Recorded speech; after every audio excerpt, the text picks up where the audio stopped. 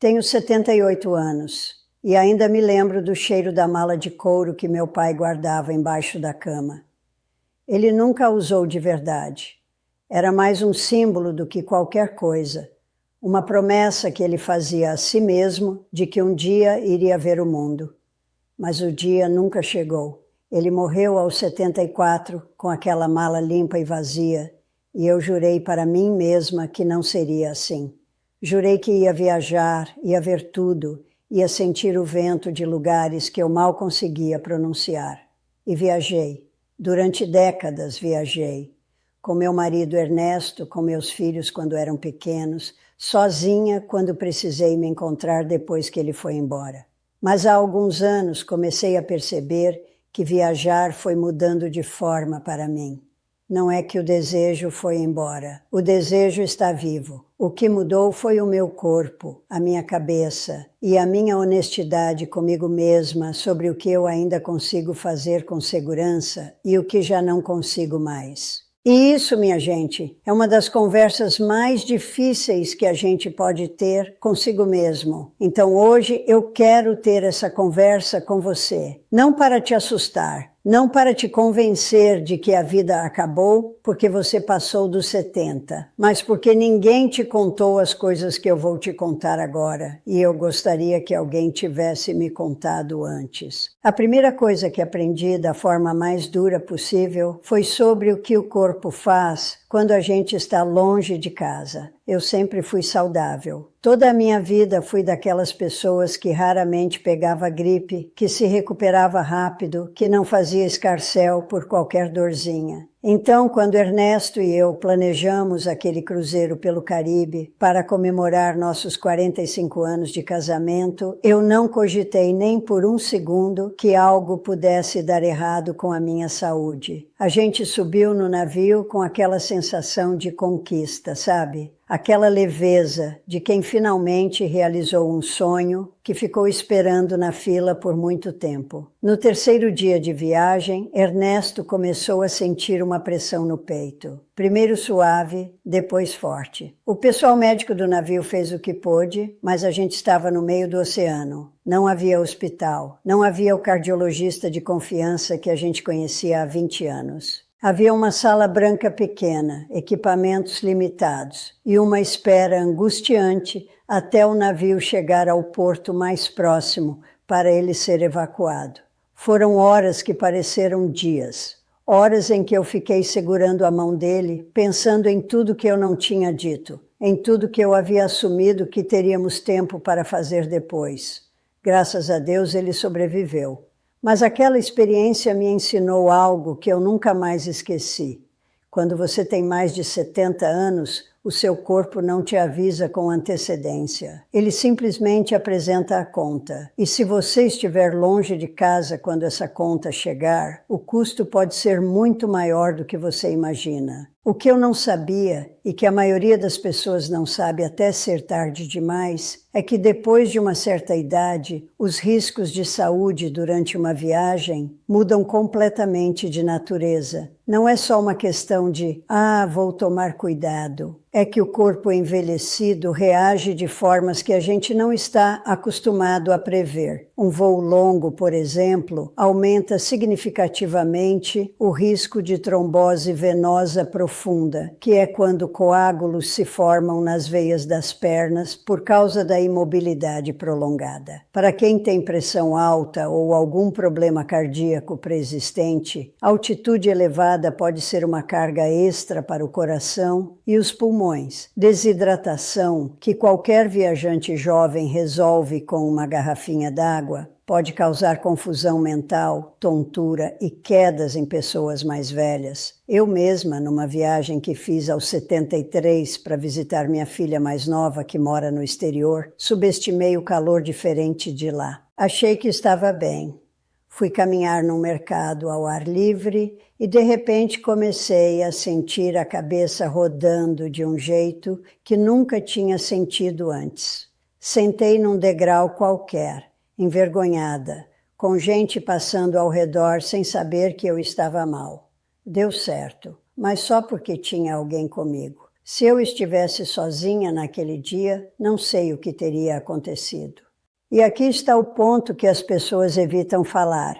Muitos de nós não temos o seguro de saúde certo para viajar. A maioria dos planos de saúde comuns não cobre emergências médicas em outros países. Isso significa que se você passa mal num cruzeiro, num país estrangeiro, ou mesmo numa cidade distante e precisa de uma evacuação de emergência, a conta pode chegar a dezenas de milhares de reais. Eu conheço uma vizinha minha, a dona Conceição, uma senhora absolutamente saudável e ativa, que viajou para a Europa com a família e sofreu uma queda. A cirurgia, a internação, os cuidados e a repatriação custaram um valor que consumiu quase tudo que ela tinha guardado em 30 anos de trabalho. Não havia seguro viagem, não havia planejamento para esse cenário. Havia apenas a suposição de que comigo não vai acontecer. Eu entendo esse pensamento. Eu mesma já pensei assim. Mas depois dos 70, essa suposição pode custar caro demais. Tem outro perigo que a gente nunca associa à viagem, mas que é absolutamente real. A exposição a infecções. Quando você tem 30 anos e pega uma gripe numa viagem, fica de cama 2 dias e volta a ser gente. Quando você tem 70 e pega uma infecção respiratória num avião lotado, a história pode ser completamente diferente. Nosso sistema imunológico vai perdendo força com a idade. Isso é biologia, não é fraqueza, não é descuido. É simplesmente o que acontece com o corpo humano. E aviões são ambientes particularmente hostis nesse sentido. O ar é recirculado, as pessoas estão fechadas num espaço pequeno por horas e passageiros de todas as partes do mundo estão ali misturados, carregando vírus e bactérias que o seu sistema imune nunca encontrou antes. Gripe, pneumonia, infecções gastrointestinais, todas essas coisas que em jovens são inconveniências temporárias, em adultos mais velhos podem evoluir para complicações sérias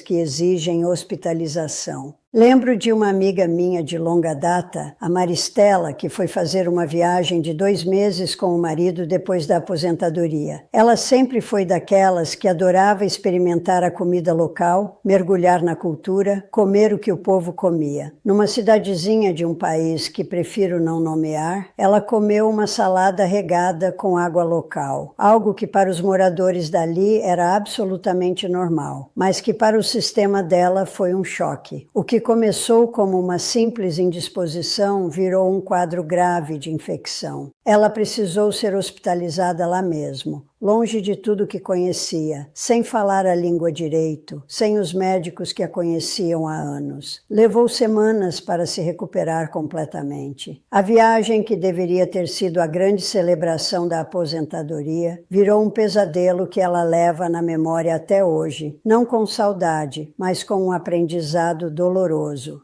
O que eu aprendi com tudo isso, e o que quero que você leve daqui, é simples. Antes de qualquer viagem, depois dos 70, a primeira consulta não é com a agência de turismo, é com o seu médico. Um check-up completo, uma conversa honesta sobre riscos, uma lista organizada dos seus medicamentos, uma verificação de vacinas necessárias para o destino. Isso não é exagero de pessoa velha. É prudência de pessoa que quer chegar em casa do mesmo jeito que saiu. Mas tem um aspecto da viagem que as pessoas falam ainda menos e que me pegou completamente de surpresa quando comecei a perceber: o cansaço. Não o cansaço normal de quem viajou muito, um cansaço diferente, profundo, que demora dias para passar. Quando eu tinha 50 anos, podia pegar um voo de madrugada, chegar num lugar com fuso horário completamente diferente, dormir mal num hotel e no dia seguinte estar pronta para explorar. O corpo recuperava rápido. Hoje não é assim. Hoje, quando viajo para um lugar com diferença de fuso horário significativa, meu corpo leva muito mais tempo para se ajustar. O jet lag, que antes durava um dia, hoje pode me deixar desorientada e exausta por uma semana inteira. Meu filho mais velho, o Rodrigo, me convenceu há alguns anos a fazer uma viagem internacional longa com ele, atravessando vários fusos horários. Eu estava animadíssima. Mas quando chegamos, depois de quase 12 horas de voo, eu me senti como se tivesse sido atropelada. Não metaforicamente. Cada parte do meu corpo doía. As pernas estavam inchadas. A cabeça estava pesada. E a diferença de horário me deixou completamente desorientada nos primeiros dias. Rodrigo tentava me levar para ver os lugares. E eu ficava pedindo para descansar a cada meia hora. Não era preguiça. Era o meu corpo me dizendo em voz alta que aquele ritmo não era mais o meu ritmo. E o pior é que quando eu finalmente estava me ajustando, já era hora de voltar. Voltei exausta e levei semanas para me sentir completamente bem de novo. Isso não é fraqueza, é fisiologia. O corpo mais velho precisa de mais tempo para tudo, para se ajustar a novos fusos horários, para se recuperar da imobilidade prolongada dentro de um avião, para lidar com camas diferentes, barulhos diferentes, rotinas interrompidas. E quando o corpo está cansado, tudo fica pior. O sistema imune enfraquece, a coordenação motora piora, a atenção se dispersa. E aí vem o risco que eu considero um dos mais subestimados de todos, as quedas. Caí 2 vezes viajando. A primeira vez foi numa escada mal iluminada num hotel que parecia lindo nas fotos e era um labirinto de pedra antiga na realidade. A segunda foi numa rua de paralelepípedos, um daqueles cenários charmosos que a gente vê em cartão postal e acha que vai ser maravilhoso caminhar por ali. Maravilhoso para quem tem joelhos jovens e equilíbrio perfeito. Para mim, foi um tombo feio, com arranhões nos joelhos e um susto que ainda me deu um bom tempo para pensar. Saí sem nada quebrado, mas por muito pouco. O problema é que quando a gente cai com mais de 70 anos, a consequência pode ser muito mais séria do que um arranhão. Ossos mais frágeis significam fraturas mais fáceis. Uma fratura de quadril, por exemplo, pode ser o começo de uma sequência de complicações que muda completamente a vida de uma pessoa. E se isso acontece longe de casa, longe dos médicos de confiança, longe da família, o processo de tratamento e recuperação fica muito mais difícil e muito mais caro. Destinos turísticos clássicos são frequentemente cheios de armadilhas para pessoas mais velhas. Ruas irregulares, calçadas inexistentes, degraus sem sinalização, iluminação precária à noite, transporte público sem acessibilidade. Lugares que são absolutamente encantadores visualmente podem ser fisicamente desafiadores para quem tem qualquer limitação de mobilidade, equilíbrio ou visão. E não é que a gente precise evitar esses lugares completamente. É que a gente precisa ser honesto sobre o que ainda consegue fazer com segurança e planejar de acordo. Usar bengala sem vergonha. Escolher calçado com sola antiderrapante em vez do sapato bonito que escorrega. Evitar sair à noite em lugares desconhecidos. Pedir ajuda quando precisar, sem sentir que isso é um sinal de derrota. Mas tem uma última coisa que eu preciso te contar. E essa é a que mais pegou pessoas que eu conheço de surpresa, inclusive eu mesma em certas situações: os riscos financeiros. A gente foca tanto nos riscos físicos que esquece de pensar no quanto uma viagem mal planejada pode custar. E não estou falando só do custo da própria viagem, estou falando do que acontece quando as coisas dão errado. Meu cunhado Valdemar, irmão de Ernesto, era um homem extremamente cuidadoso com o dinheiro. Passou a vida inteira economizando, planejando, evitando gastos desnecessários. Quando se aposentou, decidiu realizar o sonho de uma viagem para um destino tropical que ele sempre quis conhecer. pesquisou bastante, encontrou uma oferta que parecia ótima pela internet, pagou adiantado, arrumou as malas. Quando chegou ao destino, o hotel simplesmente não existia. A empresa que ele havia contratado era uma fraude. O dinheiro estava perdido. Ele ficou numa cidade desconhecida, sem acomodação, sem conseguir reaver o que havia pago, tendo que gastar o dobro do que planejou só para ter onde dormir. O que era para ser a viagem da vida virou um episódio traumático que ele ainda menciona, com uma mistura de raiva e vergonha.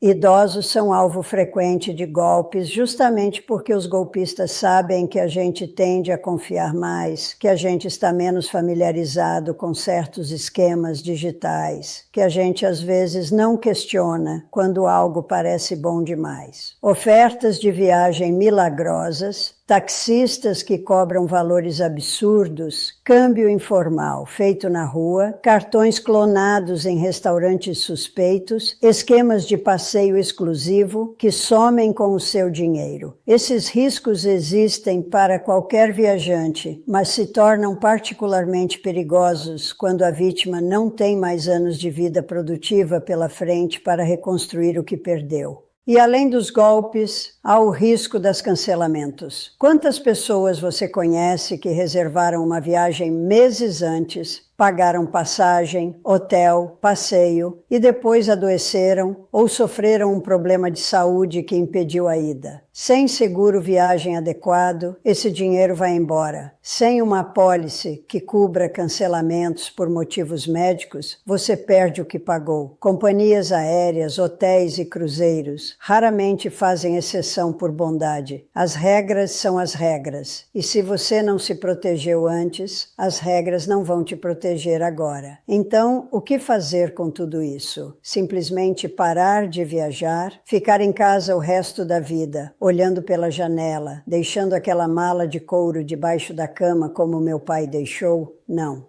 não é isso que estou dizendo. O que estou dizendo é que a forma de viajar depois dos 70 precisa ser diferente da forma como a gente viajava antes, não pior.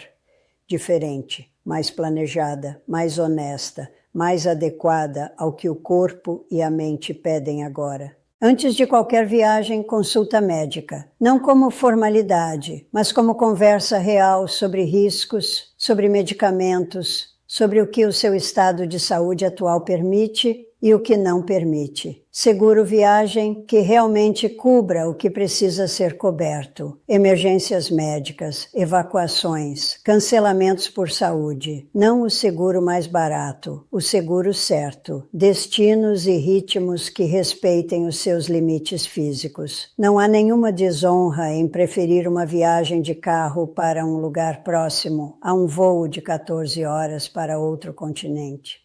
Não há nenhum fracasso em escolher um hotel com elevador, quarto no andar térreo e restaurante do lado em vez do hostel charmoso que fica no topo de 80 degraus de pedra.